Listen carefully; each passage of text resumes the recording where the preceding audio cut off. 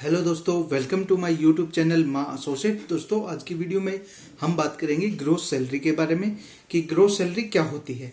जब भी आप इंटरव्यू देने जाते हो तो आपको एक सैलरी के लिए ऑप्शन दिया जाता है कि आपको कितनी सैलरी की रिक्वायरमेंट है, या पीछे आप कितनी सैलरी ले रहे थे, या अभी आपको इस कंपनी में कितनी सैलरी हम दे सकते हैं, या आपको कितनी ज़रूरत है। तो उस समय क्या करते हैं कि कंपनी बताती है कि हम आपको इससे ज़्यादा सैलरी नहीं दे। आपने कोई 20,000 बता दिए, कंपनी ने बताया कि हम आपको 22,000 सीटीसी से ज़्यादा नहीं दे सकते। तो उस समय आप ये नहीं समझना कि 22,000 मेरे 2,000 बढ़ के मिल रहे हैं।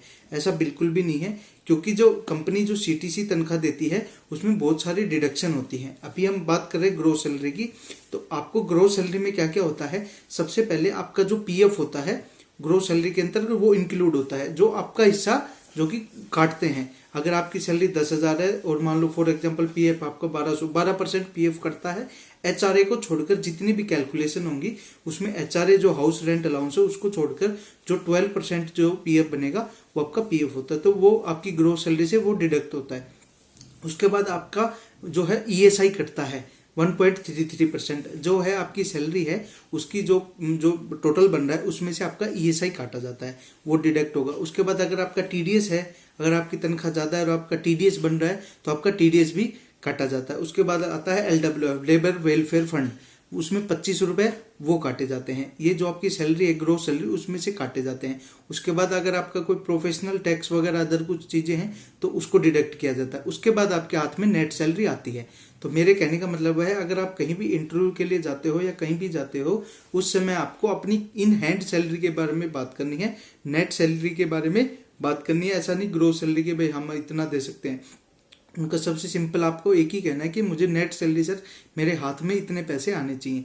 कई कंपनियां क्या करते हैं, सीटीसी लिख देते हैं, आपकी सीटीसी 20,000 रुपए, आप कहीं 15,000 रुपए ले रहे थे, सीटीसी 20,000 मिला, आप खुश हो गए 5,000 ज्यादा। लेकिन ऐसा बिल्कुल भी नहीं है। सीटीसी में ये डिडक्शन तो होती है, इसके अलावा जो आपका पीएफ कटा वो जो कंपनी जमा कराएगी वो लेबर वेलफेयर फंड, उससे ज्यादा आपका बोनस इंक्लूडिंग टेलीफोन बिल, यानी जो है जो सीटीसी होता है कॉस्ट टू कंपनी, यानी एक एम्प्लॉय कंपनी के ऊपर किस खर्चे पर पड़ रहा है उसके बारे में लिखा होता है। तो इस बात का आपको विशेष रूप से ध्यान रखना है कि आपको सीटीसी पे भी कभी फाइनल नहीं करना है, ना ही आपको ग्रोस सैलरी। आपको नेट सैलरी पे बात करनी है कि सर मुझे पिछली कंपनी में इतने पैसे मिल रहे थे और अब मुझे इतने पैसे चाहिए, यानी आपको इन हैंड आपको 20,000 रुपये चाहिए। अगर आप सीटीसी 20,000 कर दोगे तो हो सकता है आपको इन हैंड 12,000 ही पड़े, इतना भी डिफरेंस हो सकता है। इस बात का विशेष रूप रख के ग्रोस सैलरी में क्या पीएफ कटता है, ईएसआई, लेबर वेलफेयर, आपका टीडीएस है तो वो कटता है। और जो सीटीसी सैलरी है उसमें इसके अलावा डबल चीजें और कटती हैं और भी चीजें और कट सकती हैं। तो इस चीज का विशेष रूप से ध्यान रखें।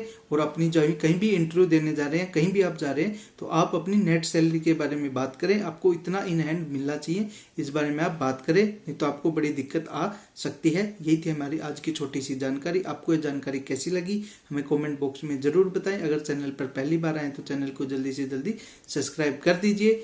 जय हिंद, जय भारत, धन्यवाद।